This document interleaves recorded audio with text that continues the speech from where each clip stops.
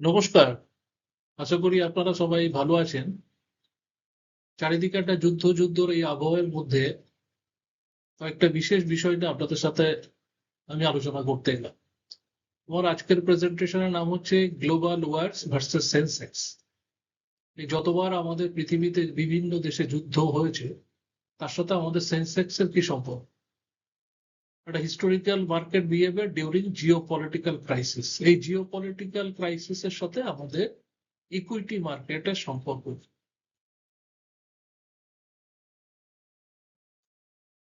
প্রথমে আমি যেটা বলবো সেটা হচ্ছে গালফ ওয়ার। এটা 1990-91 সালে হয়েছিল। এর ইনিশিয়াল প্যানিক গ্লোবাল মার্কেটে সাংঘাতিক ছিল। ইনিশিয়াল প্যানিক, কারণ এখানে না অয়েল প্রাইসটা সরাসরি যুক্ত ছিল। কিন্তু আমাদের ইন্ডিয়ান মার্কেট না খুব তাড়াতাড়ি এটা রিকভার করে গেছে। সেকেন্ড যেটা বলবো সেটা কার্গিল যুদ্ধ। জানেন আপনারা, আমার আমরা সরাসরি এতে যুক্ত হয়েছিলাম। পাকিস্তানের সাথে আমাদের এই যুদ্ধটা হয় 1999 সালে। এর খুব সামান্য ইম্প্যাক্ট এসেছিল আমাদের ইকোনমি। মার্কেট ভোলাটিলিটি ছিল কিন্তু সেটা শর্ট। তারপর একটা স্ট্রং র্যালি চালু হয়েছে। 2003 সালে হলো ইরাক যুদ্ধ। শর্ট টার্ম আনসার্টেনিটি সেম, এটা গ্লোবাল মার্কেটের ক্ষেত্রে ম্যাসিভ র্যালি হলো। এরপরে আমরা আমাদের দেশে আমাদের ইন্ডিয়ান ইকোনমি, ইন্ডিয়ান ইকুইটি মার্কেটে একটা স্ট্রং বুল মার্কেটের সাইকেল শুরু হলো। এরপরে যেটা জানেন যে কোভিড গ্লোবাল ক্রাইসিস, যেখানে আমাদের এক্সিস্ট করার চান্সটাই কমে গেছে, যে আমরা এক্সিস্ট করবো কিনা, বেঁচে থাকবো। সেখানে আমরা খুব ফাস্ট আমাদের মার্কেট একটা ক্রাইসিস দেখেছি।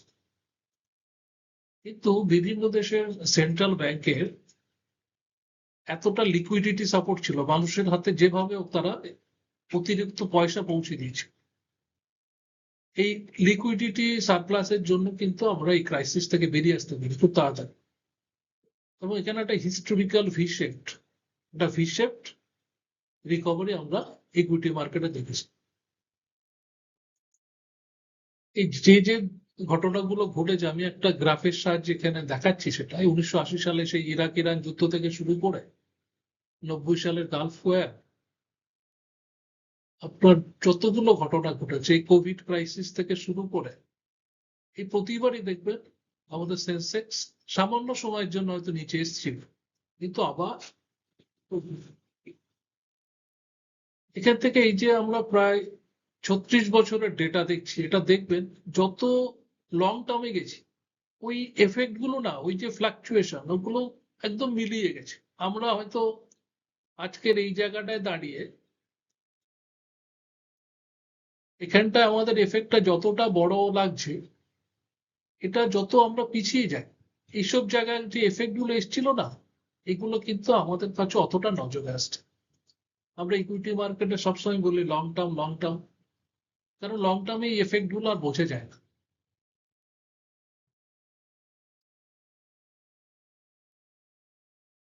এখানে দেখুন একটা চার্টের সাহায্যে দেখেছি কখন কখন কি ঘটনা ঘটেছে এবং তার পরের 3 বছরের মার্কেটের বিহেভিয়ার। 1991 সালের গালফ ওয়ার, আমাদের ইন্ডিয়ান ফাইন্যান্সিয়াল ক্রাইসিস, এখানে 4 মাসের জন্য এই কারেকশনটা চলেছে। মার্কেট নেমে গেছিল প্রায় 38.69%। এটা আমরা অনেকে জানি, যারা ওখান থেকে যারা বেরিয়ে গেছিল বা তাদের ইনভেস্টমেন্ট স্টপ করে দিয়েছিল।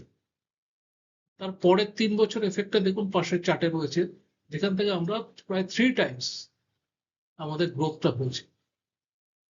1992-93 সাল হর্ষদ মেহতা স্ক্যাম, এফেক্টটা 12 মাস ছিল। 54% পর্যন্ত মার্কেট পড়ে গেছিল, কিন্তু পরের 3 বছর 84% রিটার্ন এসছে।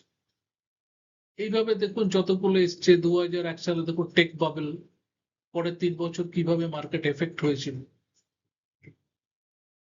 গ্লোবাল ফাইন্যান্সিয়াল ক্রাইসিস 2008-9 সাল, মার্কেট পড়ে গেছিল 61%, কিন্তু পরের 3 বছর 115%-এর বেশি গ্রোথ এসছে।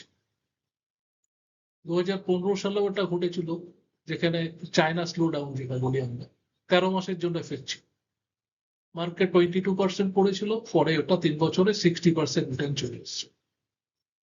2020 সালের COVID-19 ক্রাইসিস যেটা, এটা আমরা যদি ঠিকঠাক ধরি তাহলে এটা 2 মাসের কারেকশন ছিল। মার্কেট 37.93% পড়ে গেছিল, কিন্তু পরের 3 বছর 123% বেড়ে গেছে। এখান থেকে একটা জিনিস আমরা নিতে পারি, যেটা সেটা হচ্ছে কারেকশন গুলো কিন্তু সাময়িক। প্রতিবারই কারেকশন এসছে, মার্কেট পড়েছে, পরের 3 বছর আবার দ্বিগুণ বা 3 গুণ হারে ফিরে এসছে। সুতরাং এই সময় আমাদের পেশেন্স সেটা সব থেকে বেশি ইম্পর্টেন্ট। আমাদের ওয়েলথ ক্রিয়েশনের জন্য সব থেকে বড় দরকার যেটা হচ্ছে এই পেশেন্সটা। আমরা এখান থেকে যেটা যেটা শিখতে পারছি যে মার্কেটস এর যে আনসার্টেনিটি, এটা কিন্তু সাময়িক। যুদ্ধটা কিন্তু ব্যাপার না, কিন্তু আমরা একটা অনিশ্চিতের দিকে চলে যাই।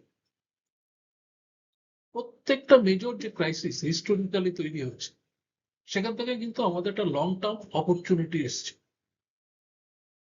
Staying invested during panic periods creates wealth. এটা খুব ধ্রুব সত্যি যে এই প্যানিক পিরিয়ডে স্টে ইনভেস্টেড থাকাটা সব থেকে বেশি দরকার ওয়েলথ ক্রিয়েশনের জন্য।